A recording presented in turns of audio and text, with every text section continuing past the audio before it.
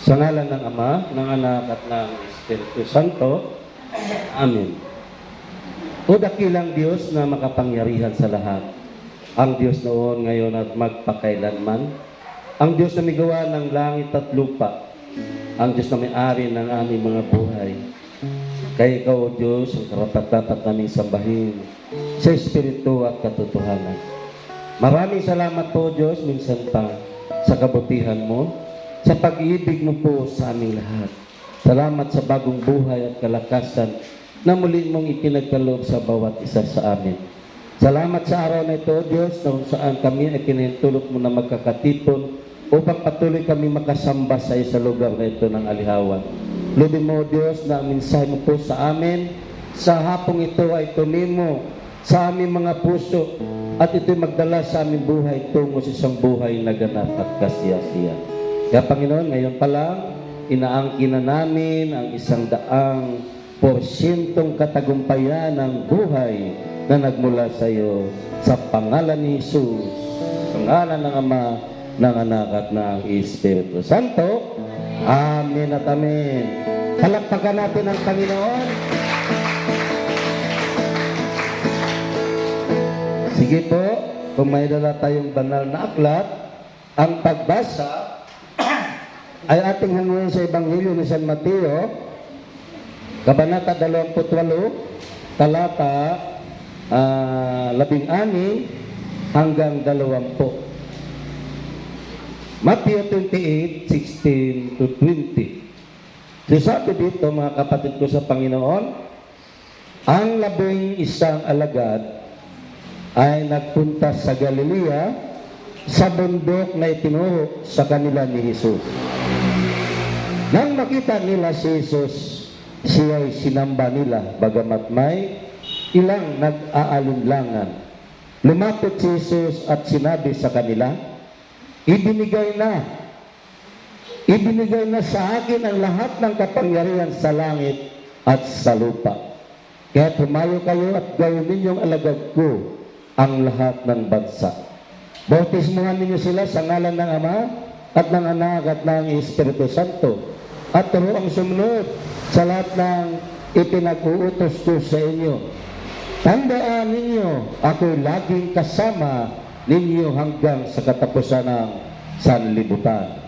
Mga kapatid ko sa Panginoon, purihin, palakpakan natin ang Diyos sa pagkabasa ng kanyang mabuting balita. O sige po, pwede na kayong pumalakpak uli ng napakalakas. Sige po, pwede na kayong maupo sa biyaya ng ating Diyos. Salamat sa Panginoon at muli akong nakabalik din sa inyong lugar. Dugay-dugay po nga, wa ako kabalik. So, ilog ng Diyos ngayon na tayo magsama-sama upang patuloy tayong magninilay ng mabuting balita ng Panginoon. So, ang paksa ng aking ibabahagi ngayon ay pamagatan ko pong an appointment with Jesus. Kapag sinabing appointment, pakipagtagpo kay Jesus. Amen? Ano itong ginagawa natin? Anong ginagawa natin ngayon?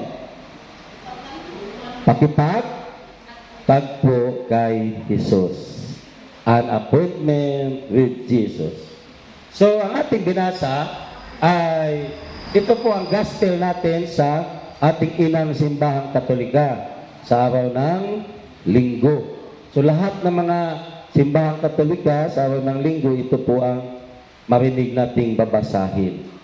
So, pag sinabi kong appointment, mayroon sa ating gawain sa ministry natin na tinatawag na an appointment with El Shaddai. At yan po tuwing Sabado ng araw ng Sabado, no? Lalo na nung araw na wala pa yung magulong kurikong na dumating sa ating kapanahunan, no? Nasa kapag tuwing Sabado, ang mga tao nang gagaling sa iba't ibang lugar at dumadalo sa gawain ng Panginoon, ang appointment niya sa Panginoong Jesucristo kay Yahweh El Shaddai. At yan po, tuwing Sabado. So, makita natin na malayo ang mga tao, ang iba nga noon, nung wala pa yan, ay nanggagaling sa ibang bansa, yung wala pang yung kurikong na yan, nanggagaling sa ibang bansa, makarating ng Ambil, makauwi ng Maynila, makaatin lamang ng family appointment with El Shaddai. Ang iba nanggagaling ng Mindanao, nanggagaling ng Norte o South, basta sila ay nagsusumikap na makakarating sa pakipagtipan nila kay Yahweh El Shaddai. Dito sa ating tinunghayan, mga kapatid ko sa Panginoon, ating makikita na ang tagpong ito ay ang nagplano ang Panginoong Hesus. Pinlano niya at sinabi niya kay Magdalena na sabihin sa mga alagad, pumunta sila sa lugar ng Galilea at doon mag-uusap kami. At mayroon akong pakipagtipan sa kanila. So dito natin makikita kung gaano pinahalagahan ng mga alagad ang Panginoong Hesus. At ang tagpong ito, bago mangyari na umakyat ang ating Panginoon Jesucristo pabalik sa kanyang amang nasa langit. At ipinakita dyan na ito na ang pinaka-final o pinali ng misyon ng Panginoon dito sa lupa. At bago siya naakyat, ay kanyang gustong makausap ang mga alagad. Gusto niyang bagasano, one-in-one ang mga alagad sa panahon yun. So, dumating ang mga alagad. Dumating sila, bagamat kulang na lang sila ng isa.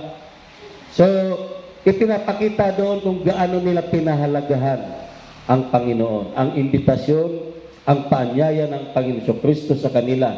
Kasi kung walang saysay sa kanila ang Panginoon Jesucristo, di sila pupunta doon. Bakit? Napakalayong lugar po yun mula sa Jerusalem. Ang Galilea, napakalayong lugar. At sa panahon nila, walang mga sasakyan na pwedeng mag-van, mag-bus, mag-series. No? Yung iba, lakad lang, baktas. Yung iba, sasakay ng kamilyo o ano pa, magkabayo kaya. So, hindi basta-basta mararating ang lugar na yun kung di mo bibigyan ng panahon. So, dito ipinapakita ng mga alagad kung gaano kahalaga ang Panginoong Hesus sa kanilang buhay. Amen? So, yan din mga kapatid ko sa Panginoon, sa ating buhay, dapat makita sa ating kung paano natin binibigyan ng pahalaga ang Diyos, ang Panginoong Jesucristo na tumawag sa atin. Saan? Tumawag dito sa atin sa gawain ito. Amen? Na hindi dapat natin panghinayangan, huwag tayong manghinayang sa ating oras, sa ating panahon, na pumunta dito sa gawain ng Panginoon. Sabi nga, huwag tayong matakot, huwag tayong mangangamba. Bakit? Nandyan ang ating Panginoong Hesus. Amen po? So, sabi ko nga, pinahalagahan ng mga alagad ang paanyaya ng Panginoong Hesus kasi kung hindi nila pinahalagahan, baliwalain nila, hindi sila pupunta. Ibig sabihin, kapag ikaw hindi mo pinahalagahan ang nag-invite sa iyo, sinasabi sa iyo, magkita tayo doon sa video. Dito kayo sa Alihawan, magkita tayo doon sa video sa Tagbilaran. Siyempre, malayo-layo. Di ka pupunta. No?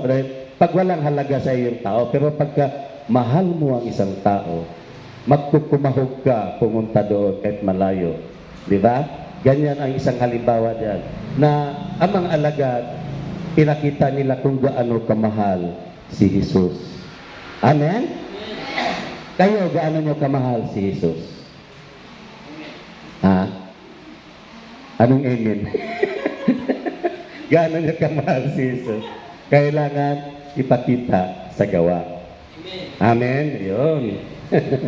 So, ngayon, ang ating paksa ay pakipagtipan kay Jesus o an appointment with Jesus, pero ang ating pinakating, the purpose of the appointment, no? Ang layunin ng pakipagtipan. At ang una dito, mga kapatid ko sa Panginoon, ang layunin ng Panginoon sa Kristo sa kanyang pakipagtipan sa kanyang mga alagad, to let them know that all the powers and authority has given to Him. Upang ipaalam sa mga alagad na nasa kanya na ang lahat ng kapangyarihan sa langit at lupa. Amen? Para ipahabaw kanato na kanya ang tanang gahom dinhi sa yuta o sa langit. Grabe, no? Amen? O sa may buti pasabutan ni? Bakit sinasabi ito ng Panginoon? Upang ipakita sa mga alagad na siya ang Diyos na totoo. Siya ang Diyos na makapangyarihan sa lahat, na pinababa ng Ama dito sa lupa upang ano? Upang gawin ang misyon na kung saan tayo ay iligtas sa kapahamakan. Amen? Pagpapatunay ito na siya Diyos na makapangyarihan sa lahat. Sabi niya, sa akin ang lahat na kapangyarihan. Amen? At ang koneksyon nito, anong ibig sabihin ang koneksyon nito sa ating buhay? Na tayo hindi nagkamali sa pagkilala natin kay Jesus. Amen? Na hindi tayo nagkamali sa pagkilala natin si Jesus ang Diyos na tagapagligtas ng ating mga buhay. Amen? Pero mo sasabihin ng iba, diretso na kami sama. Wala na, di na kami dadaan sa anak. Paano na lang yung sinasabi dito sa Biblia? Paano na lang yung sinasabi ng Panginoon? Na sa akin ang lahat na kapangyarihan, ang authority, binigay na sa akin. Kaya, sa simula pa lang ng ministry ng Panginoong Hesukristo dito sa lupa, sinasabi na ng Ama. Diba? Noong bininyagan ng Panginoong Hesus sa Ilog Jordan, lumabas ang isang tinig at nagsabi, ito ang kinalulugdan kong anak. Pakinggan niyo siya. Pakinggan daw natin siya. Pakinggan natin ang sinasabi ng Panginoong Hesukristo. Amen? Bakit sinasabi ng Ama kung walang halaga ang anak? Pero sa iba kasi, hindi nila pinahalaga ng anak. Diretso na sila sa Ama. Paano yung sinasabi ng anak? Hingin ninyo ang inyong maibigan sa pangalan ko at ito'y ibibigay sa inyo. Di ba? Sa pangalan ni Jesus. So, paano ngayon sila na hindi pa kumikilala sa ating Panginoong Hesukristo at dumidiretso na sila sa Ama? Yan ang malaking katanungan. No? So, ito, pinapakita dito mga kapatid ko sa Panginoon na siya ay tunay na Diyos, makapangyarihan sa lahat. At pagpatunay na nasa Kanya ang kapangyarihan upang tayo iligtas sa anumang mga kapahamakan. Amen? Nasabi nga ni sister, ang buti-buti ng Diyos. Bakit? Sa oras na ikaw ay hingi ng saklolo sa Kanya, sa oras na ikaw ay tatawag sa Kanya, nandiyan na agad ang Kanyang pagtugon. Amen? Totoo yan.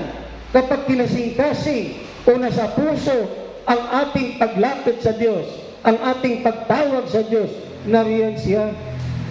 Amen? Nariyan siya at agad siyang tumutugon sa ating mga pangangailangan. Naalala niyo si Pedro na lumakad sa ibabaw ng tubig sa dagat?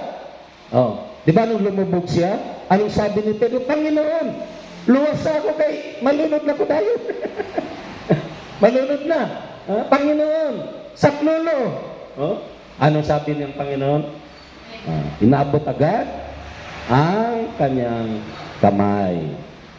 Na doon agad yung saklolo ng ating Panginoong Hesukristo.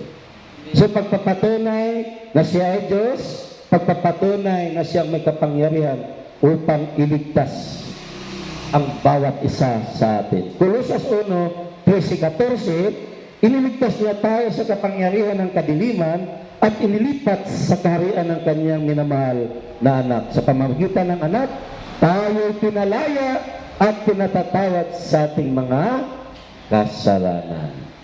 Amen po ba? Amen. So yun, na tayo ay iniligtas na sa kapangyarihan ng Panginoon, ang ating kaligtasan, at ano pa? Siya ang may kapangyarihan upang tayo'y pagalingin sa anumang uri ng sakit at karamdaman. Pagagalingin tayo sa anong mga kahirapan nating nararanasan. Manalig lang tayo sa Kanya. Tuloy-tuloy lang ating pananampalataya sa Kanya. Amen po ba? Na hindi tayo mawalan ng pag-asa. Di man tayo pinagaling ngayon, huwag tayong mawalan ng pag-asa, tuloy-tuloy pa rin tayo. Amen, tuloy-tuloy pa rin tayo lalapit sa ating Panginoong Diyos. Bakit? Si Jesus lang ang solusyon ng anumang kalagayan ng ating buhay. Amen po? Si Jesus lang ang katugunan. Siya ang may kapangyarihan sa bawat buhay ng bawat isa sa atin. Si Jesus ang may kapangyarihan upang hilumin ang mga sama ng loob, ang mga sugat na nilikha ng iyong kapwa, ng iyong kaibigan, ng iyong anak, ng iyong asawa, at sino pa mang sumusugat sa iyong damdamin. Kay Jesus lang, kaya niyang hilumin ang anumang sama ng loob na nasa ating mga puso. Ibigay mo lang yan. Isuko mo yan sa Panginoon. Amen? Amen po ba? Siya may kapangyarihan. Kaya sabi doon sa Roma 3:22-24, pinawalang sala ng Diyos ang lahat ng nananalig kay Kristo sa pamamagitan ng kanilang pananalig sa Kanya, maging Hudyo at maging Hintil, sapagkat ang lahat ay nagkasala at walang sinumang karapat-dapat sa paningin ng Diyos. Gayunman, dahil sa Kanyang kagandahang loob, ay pinawalang sala sila sa pamagitan ni Kristo na nagpapalaya sa kanila. Amen? Amen.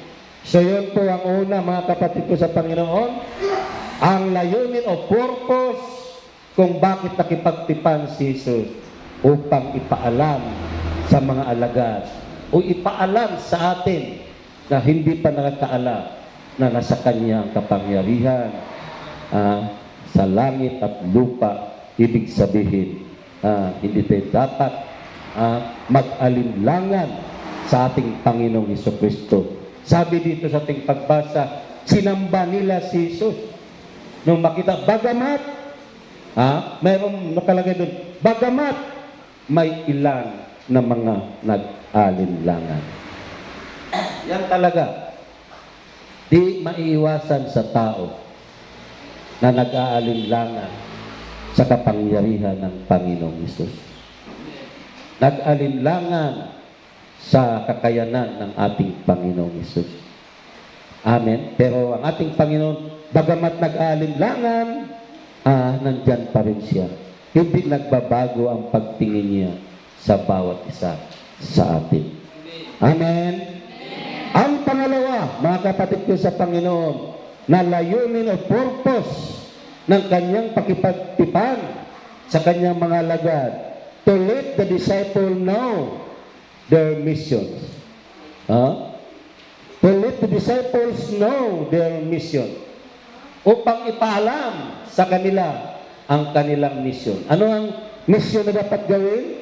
Pumayo at ipangaral ang mabuting balita. Bautismuhan niyo sila sa ngalan ng Ama at ng Anak at ng Espiritu Santo. Anong ipinapakita dito? Ipinapakita dito na ang ating Diyos ay 3 persona. Amen? Ipinapakita na hindi nag-iisa ang persona ang ating Diyos. 3 persona, Ama, Anak at Espiritu Santo. Espiritu Santo. Amen. Yung iba, sasabihin nila, marami kayong Diyos. Tatlo daw nating Diyos. Tatlong persona sa iisang Diyos. Maliwanag ang sabi ng Panginoong Hesukristo. Ipangaral ang mabuting balita.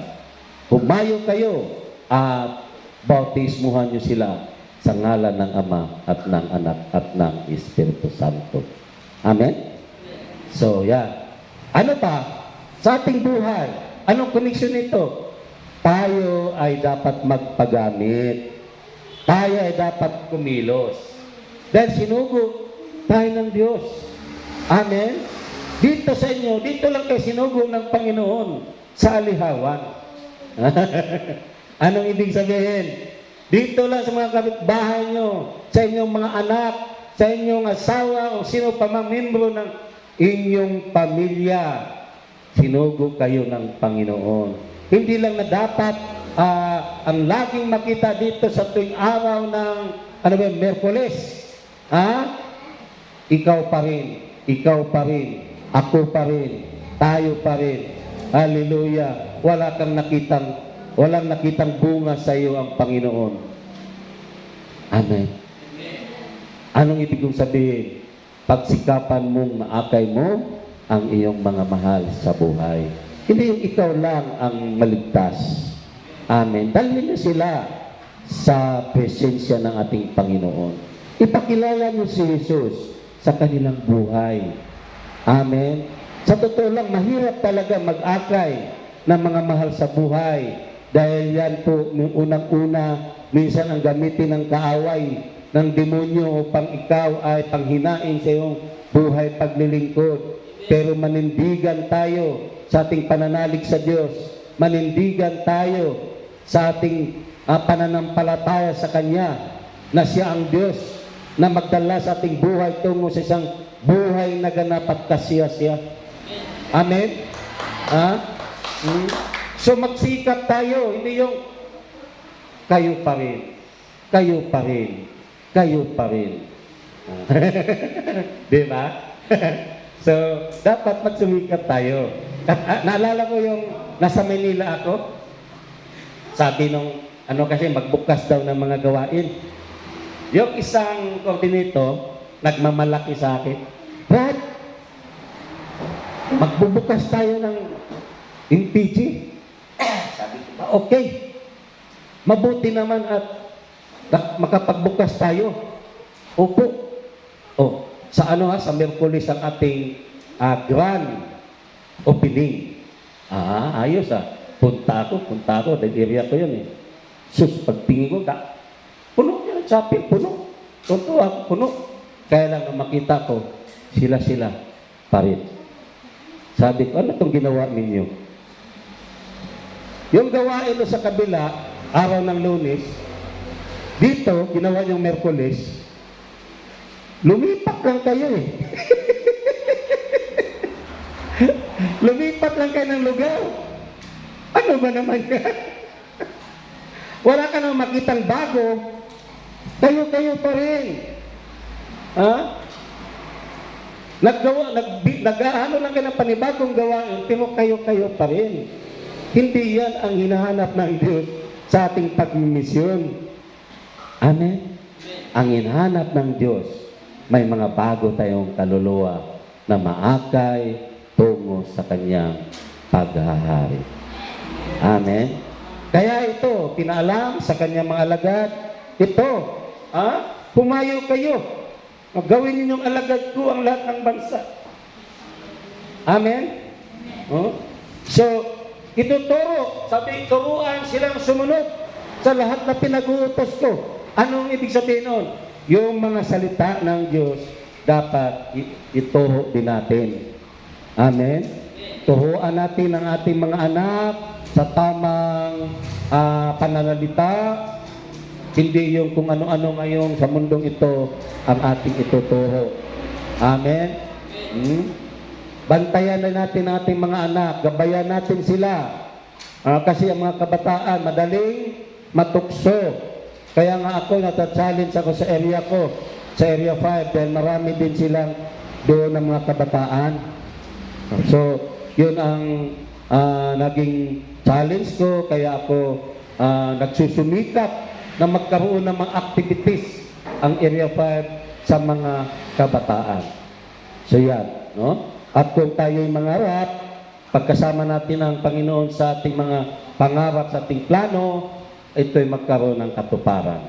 Amen? Kasi noon, nag-meeting kami, sabi ko, magkaroon tayo ng mga pag-meeting, mga activities sa bawat buwan.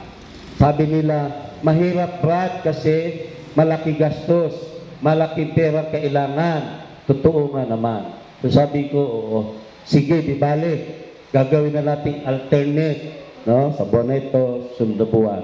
So bale, dahil nga sa, ako kasi doon sa aking unang pinagmisyonan sa Mindoro, ganun din mga kabataan ang gusto kong inaalagaan. Yung mga activities sa mga kabataan na magabayan sila, maturuan tungkol sa mga salita ng Diyos. So yun, kaya ang ginawa ko dito sa amin, sabi ko, Lord, tulungan mo ko Lord kay magkaroon kami ng activities na di na mahirapan ang mga manggagawa. Di na sila gagastos. Ang sagot ng Panginoon sa aking YT Word, sa YT channel, no?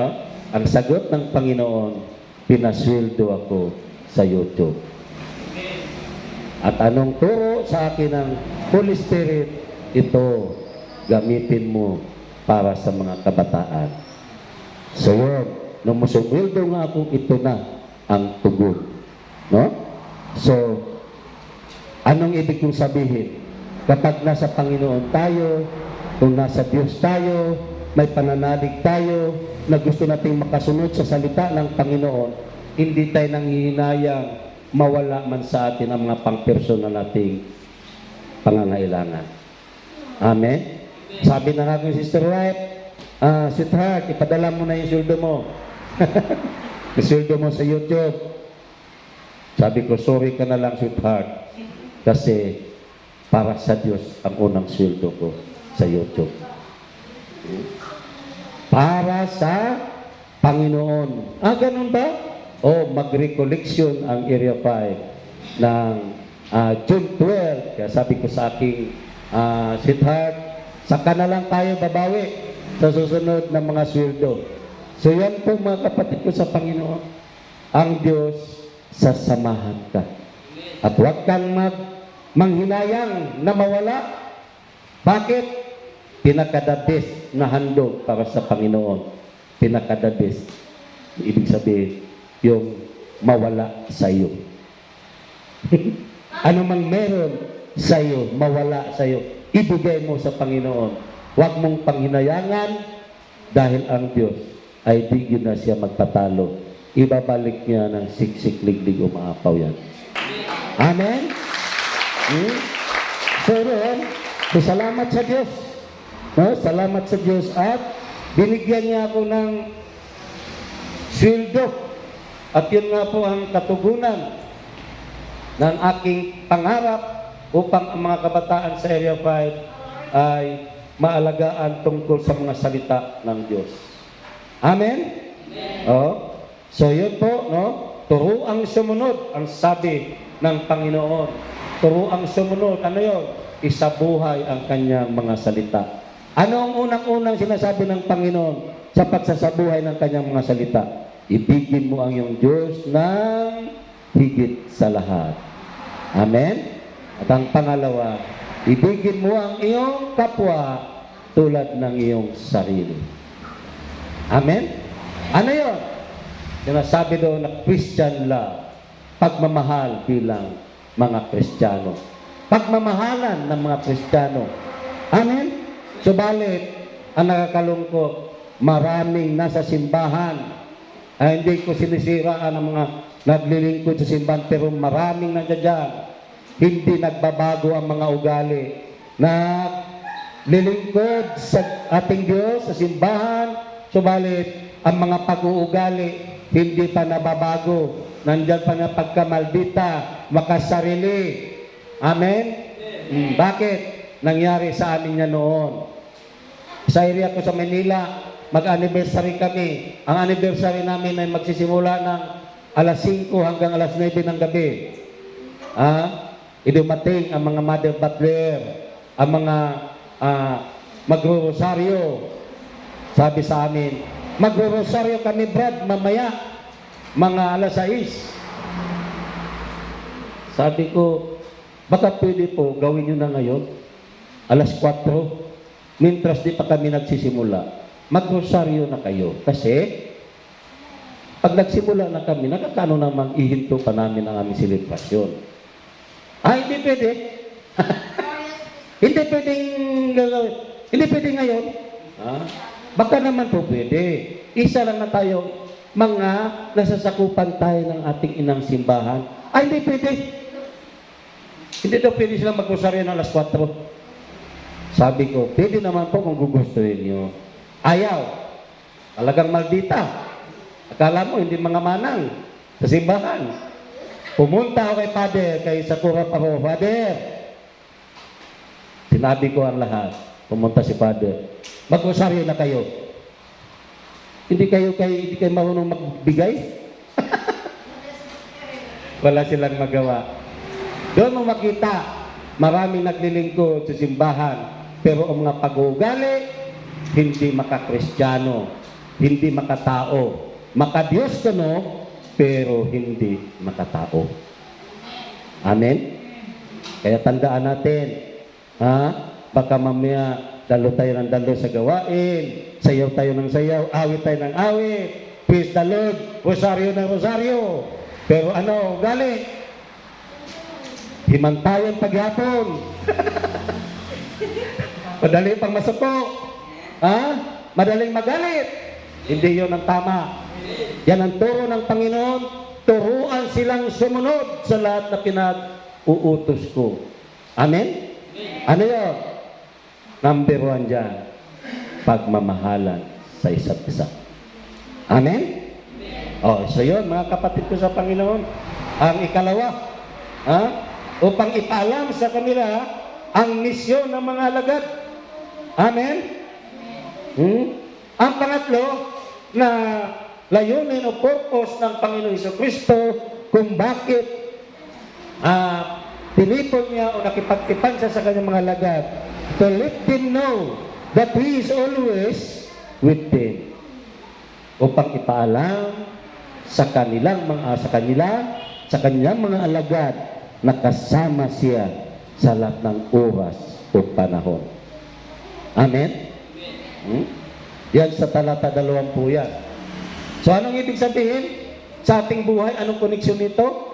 Tandaan natin, sa ating buhay, saan man tayo naroroon, ano man ang sitwasyon ng ating buhay, kasama natin ang Panginoong Hesus. Amen? Kasama natin ang banal na Espiritu na iniiwan niya upang tayo ay tulungan, upang tayo ay turuan, upang tayo ay gabayan sa araw-araw nating pamumuhay. Ang banal na Espiritu ang kanyang iniwan bago siya umakyat sa langit. Amen? So yan, mga kapatid ko sa Panginoon. Kapag alam mo na kasama mo ang Diyos sa araw-araw mong buhay, kasama mo ang banal na Espiritu sa buhay mo, hindi ka matitinag sa iyong kinalalagyan. Hindi ka matitinag sa iyong pananampalataya. Anumang sitwasyon ang mararanasan natin, patuloy at patuloy tayong nananalig kay Kristo Jesus. Amen? Nasa kabila ng nararanasan ngayon, alam mo na hindi ito magtatagal. Ito'y magbabago at papalitan ng Panginoon ng kaligayahan sa galatan na mararanasan natin sa araw-araw nating buhay. Amen po? So yan, mga kapatid sa Panginoon, yan ang tandaan natin. Huwag nating kalimutan. Kaya nga, madalas kong sasabihin, kapag alam mo na ang Panginoon Jesucristo na sa buhay mo, wala kang kinakatakutan. Dumating man ang problema mo, mga pagsubok sa buhay dahil habang nabubuhay tayo, nandyan ang mga problema at pagsubok nating nararanasan. Anong dapat gawin? I-enjoy mo lang. Enjoy! I-enjoy mo lang. Madalas kong ibinigay ang ilustrasyon dyan nung nasa Sibuyan ako. Bumabagyo. Doon sa gitna, dito sa malalim-lalim na parte ng dagat, nandoon ng isang bangkang malaki-laki na sinasalpok ng alon, malalakas na hangin. Anong nangyari sa bangka? Ganon siya. Parang duyan-duyan lang siya sa dagat. Ganyan. Anong nireveal sa akin ng Panginoon? Kapag dumating pala sa buhay natin, ang mga problema, mga bagyo, mga salpok ng alon sa buhay, mga pagsubok na yan, i-enjoy mo lang. Katulad ng bangka, parelax-relax lang siya. Bakit? Di naman magtatagal, hihinto, papayapa ang dagat. Amin po ba? So ganyan lang. Kailangan alam natin na si Jesus ay kasama natin sa lahat ng panahon at patuloy siyang gumagabay sa atin. At ang bagay nito, ang banal na Espiritu ang kumikilos sa buhay natin. Amen? Kapag nag-isip ka na ng hindi mabuti, tuturuan ka ng Panginoon. Ikukurik tayo ng Panginoon. Amen? Ito isang halimbawa. Madalas kong halimbawa ito. Kasi totoo na kumilos agad ang banal na Espiritu sa aking buhay noon. Kasi ako, coordinator nga ako nung araw sa lugar ng Manila sa Nabutas.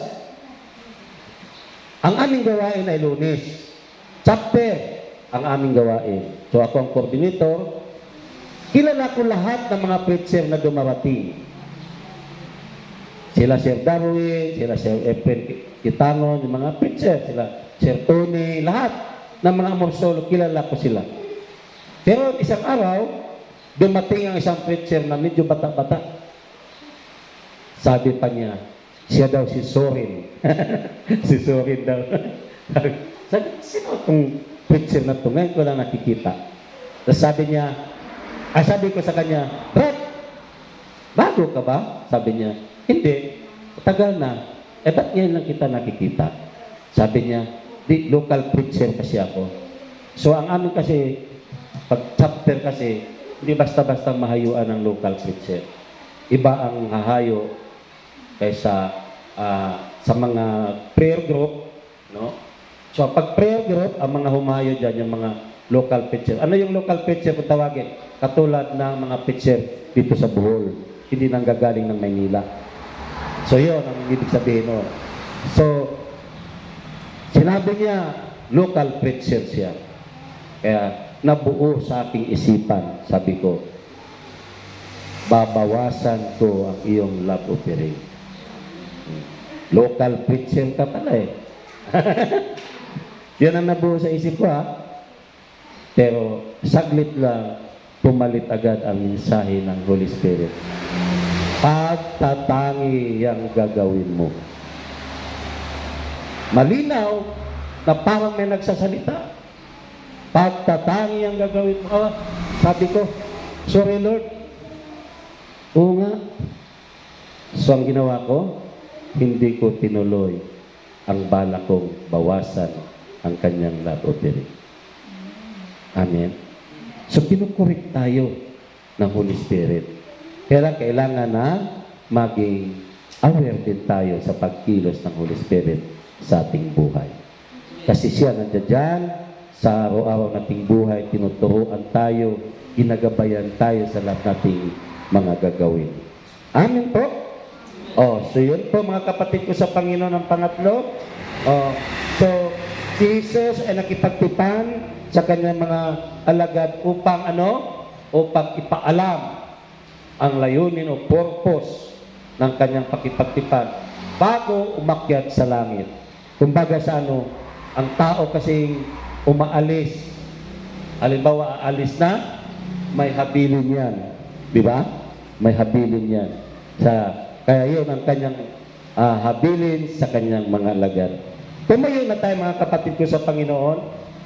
Ulitin ko, ang ating paksa ngayon ay may pamagat na an appointment with Jesus o pakipagtipan kay Jesus. At ang layunin, mga kapatid ko sa Panginoon, upang ipaalam sa kanyang mga alagad na nasa kanya ang lahat ng kapangyarihan sa langit at sa lupa. Amen? At ang pangalawa, upang ipaalam sa mga alagad ang kanilang misyon. Amen? At sa ating buhay, ganon din na dapat alam natin kung anong misyon natin sa mundong ito. Amen? At ang pangatlo, upang ipaalam na kasama siya sa lahat ng oras o panahon sa kanyang mga alagad.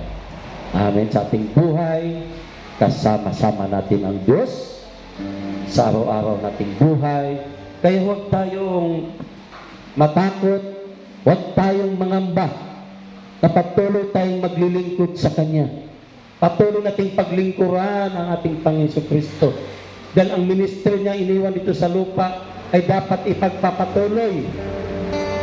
Ipagpatuloy natin ang misyon na ginampanan ng Panginoong Hesus dito sa lupa at patuloy din natin siya purihin sa araw-araw nating buhay. Purihin natin at sambahin dahil siya ang tunay na Diyos na makapangyarihan sa lahat ng ating buhay.